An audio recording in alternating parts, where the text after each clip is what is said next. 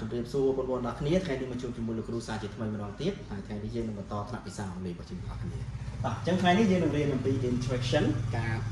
ទំនាក់ទំនងឬក៏អន្តរកម្មទៅលើគ្នាទៅវិញទៅមក at a restaurant គឺនិយាយអំពីការទំនាក់ទំនងនៅក្នុងភោជនីយដ្ឋានឬក៏កន្លែងញ៉ាំអាហារតាក់ទងជាមួយនឹងអ្នកបម្រើឬក៏ service ហើយនឹងភ្ញៀវដែលគាត់ចូលទៅញ៉ាំអាហារហ្នឹងតើយើងគួរប្រើប្រាស់ clear ឬក៏ប្រយោគបែបណាដើម្បីឲ្យការសន្ទនារបស់យើងដែលយើងជាភ្ញៀវឬក៏ជាអ្នកបម្រើហ្នឹងគាត់សន្ទនាជាមួយគ្នាទៅមានភាពសមរម្យឬក៏ភាពគួរសមបាទអញ្ចឹងយើងទៅមើលទាំងអស់គ្នាថ្ងៃនេះយើងនិយាយតាក់ទងជាមួយ ordering food គឺនិយាយអំពីការកម្មង់អាហារហើយនឹង checking information មានន័យថា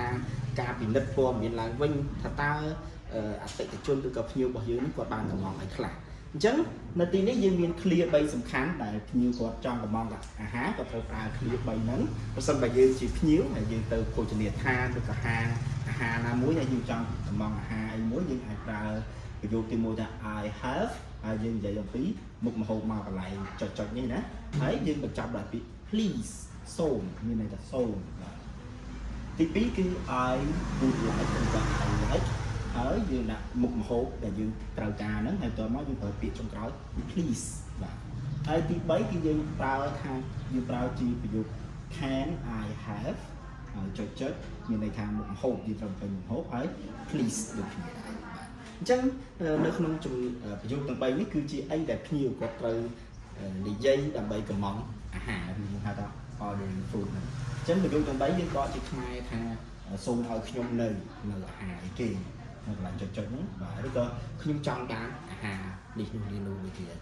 ខ្ញុំត្រូវការគុយទាវឬក៏ខ្ញុំត្រូវការកាហ្វេឬក៏ខ្ញុំចង់បាន steak អីចឹងទៅយើងប្រើប្រយោគទាំង3ហ្នឹងមួយណាក៏បាទហើយចំណែក checking information គឺជា clear ប្រយោគដែលអ្នកបម្រើបាទអ្នកបម្រើនៅក្នុងភោជនីយដ្ឋានឬខាងនេះគាត់ពិនិត្យឡើងវិញអំពីអីដែលអតិថិជនរបស់គាត់ឬក៏ភ្ញៀវរបស់គាត់បានប្រមាណអញ្ចឹងយើងប្រើគ្នា3ដែរគឺ let me check that let me read that back let me repeat that អញ្ចឹងយកទាំង3នេះមានន័យថាអ្នកបម្រើឬក៏អ្នក service នៅក្នុងហាងហ្នឹងគាត់គឺសួរបញ្ជាក់ឬក៏ឆ្លើយតបបញ្ជាក់បន្ថែមទៀតទៅលើភ្ញៀវថាមុនហ្នឹងគាត់បានកម្មង់អ្វីខ្លះអញ្ចឹងគាត់បញ្ជាក់ឡើងវិញមានន័យថាអនុញ្ញាត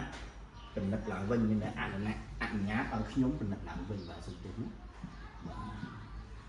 អនុញ្ញាតឲ្យខ្ញុំពិនិត្យឡើងវិញឬក៏សូមឲ្យខ្ញុំបានបញ្ជាក់អំពីមុខម្ហូបនេះឡើងវិញជូនអ្នកអីចឹងទៅបាទនៅក្នុងគ្នាទាំង3ហ្នឹងបាទតោះអញ្ចឹងយើងមើលទាំងអស់គ្នាខ្ញុំមាន example មួយនិយាយពីការទំនាក់ទំនងការសន្ទនាជាមួយនឹងអ្នកបម្រើប្រុសហើយនឹងអតិថិជនរបស់គាត់ឈ្មោះថា Charlie waiter បាទគឺអ្នកបម្រើប្រុសបាទ Are you ready to order អញ្ចឹងអ្នកបម្រើធម្មតាតែភ្ញៀវចូលមកគាត់សួរតើអ្នកបានកម្មង់អាហារតើអ្នកមានកម្មង់អាហារតើអ្នកត្រូវការមានសុំទោសតើអ្នកកម្មង់អាហាររួចហើយឬនៅបាទតើអ្នកកម្មង់អាហាររួចហើយឬនៅបាទអញ្ចឹងយើងពេលយើងទៅកន្លែងគេលក់បាយលក់អីគេសួរអូនត្រូវការអីដែរអូនកម្មង់ហើយនៅនេះនៅក្នុងភាសាខ្មែររបស់យើងអញ្ចឹង Charlie គាត់ឆ្លើយទៅនឹង Yes I think so បាទនៅទេមិនតបានកម្មង់ទេបាទអញ្ចឹងអ្នកបម្រើគាត់សួរទៅទៀតដែរ What would you like តើអ្នកចង់បានអ្វី What would you តើអ្នកចង់បានអ្វីបាទអញ្ចឹង Charlie គាត់ឆ្លើយតបអីដែលគាត់កម្មង់I would like ឬក៏ I like some rice and lamb chops បាទអញ្ចឹងគាត់ចាប់ផ្ដើមប្រើឃ្លានេះណានេះ I would like ហើយដាក់មុខម្ហូបមកហើយ please ហ្នឹងណា I would like some rice and lamb chop please ហ្នឹងណាអញ្ចឹង Charlie គាត់ថាខ្ញុំចង់បានបាយហើយនឹងឆ្អឹងជំនីចៀនបាទឆ្អឹងជំនីចៀនដែលបំពងកាចៀនហ្នឹងណាឆ្អឹងជំនីចៀនអញ្ចឹងអ្នកបម្រើប្រុសគាត់បន្តទៅទៀតដែរ anything else តើមានអីផ្សេងទៀតទេបាទ Charlie ថា No I don't think so ទេខ្ញុំអត់ត្រូវការអីផ្សេងទៀតទេបាទអញ្ចឹង waiter គាត់ចាប់បាន All right let me repeat that ចឹងគាត់មិនដែរគាត់ចាប់ដើមធ្វើពិនិត្យទៅលើមុខម្ហូបដែលភ្ញៀវរបស់គាត់បានកំងណាចឹងគាត់ថា alright let me take sorry let me repeat that ចឹងអស់ហើយចឹងខ្ញុំសូមពិនិត្យឡើងវិញបាទ you would like some rice and lamb chops ចឹងគាត់បញ្ជាក់ពីអ្វីដែលអតិជនរបស់គាត់កំងថាអ្នកបានកំងបាយហើយនឹងឆ្អឹងជំនីជៀនបាទអញ្ចឹង Charlie គាត់ឆ្លើយតប yes that right អញ្ចឹងគាត់ឆ្លើយតបវិញថាអីដែលអ្នកបំរើនឹងនិយាយគឺត្រឹមត្រូវហើយបាទអញ្ចឹងនេះគឺជា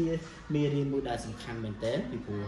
យើងដឹងហើយថាគ្រប់ទីកន្លែងដែលយើងទៅយើងត្រូវការទំនាក់ទំនងការសន្ទនាគ្នាអញ្ចឹងយើងរៀន interaction គឺពិតជាសំខាន់មែនទែននៅក្នុងជីវិតរបស់យើង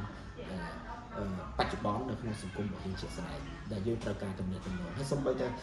បច្ចុប្បន្ននេះយើងក៏ត្រូវការទំនាក់ទំនងជាមួយព្រះជាម្ចាស់ដោយការអានព្រះបន្ទូលដោយការអធិដ្ឋានទៅកាន់ព្រះជាម្ចាស់ដែរអញ្ចឹងយើងរៀន interaction ដើម្បីឲ្យយើងមានទម្លាប់ល្អឲ្យយើងមានសីលធម៌ល្អក្នុងការទំនាក់ទំនងទៅតាមទីកន្លែងនិងស្ថានភាពផ្សេងគ្នាដូចនៅក្នុងភោជនីយដ្ឋានឬក៏ប្រើប្រាស់គ្នាបែបណារវាងអ្នកជាភ្ញៀវហើយនិងអ្នកជាអ្នកបំរើឬក៏អ្នកខាង service នៅកន្លែងហាងបាទអរគុណច្រើនចឹងលោកគ្រូមានតែប៉ុណ្ណឹងសូមព្រះគុណបងប្អូន